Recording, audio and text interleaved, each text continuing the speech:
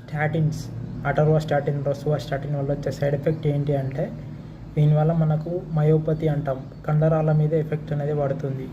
దీనివల్ల మనకు లివర్, కాలేయం మీద కూడా ఎఫెక్ట్ పడుతుంది, హెపటోటాక్సిటీ అంటారు. మరియు దీనివల్ల టైప్ 2 డయాబెటీస్ కూడా వచ్చే ఛాన్సెస్ ఉంటుంది. ఇన్సులిన్ అనేది రెసిస్టెన్స్ డెవలప్ అవుతుంది రిసెప్టార్స్ దగ్గర. సో దానివల్ల కూడా క్రానిక్ పేషెంట్స్లో టైప్ 2 డయాబెటీస్ అనేది వచ్చే ఛాన్సెస్ ఉంటుంది. దీనికి హెపటోటాక్సిటీ ఉంటుంది కాబట్టి లెస్ దెన్ 11 years ఉన్న చిల్డ్రన్స్కి ఇవ్వకూడదు. ఇంకా ఈ హెపటోటాక్సిటీ వల్ల మనకు లివర్ అనేది డ్యామేజ్ అవుతుంది కాబట్టి ఎవ్రీ 3 monthsకి ఒకసారి ఎల్ఎఫ్టీ, లివర్ ఫంక్షన్ టెస్ట్ అనేది చేయించుకోవాలి. సో దాంట్లో ఏమైనా అబ్నార్మాలిటీ వస్తే డాక్టర్ని కన్సల్ట్ అయ్యి డోస్ అనేది తగ్గించడం కానీ ఆల్టర్నేట్ ఏమైనా అనేది చూడాలి. సో ఇది మెయిన్గా దీని యొక్క సైడ్ ఎఫెక్ట్ అండి. ఇది టాక్సిటీ వల్ల మనకు ర్యాబ్డోమయోలసిస్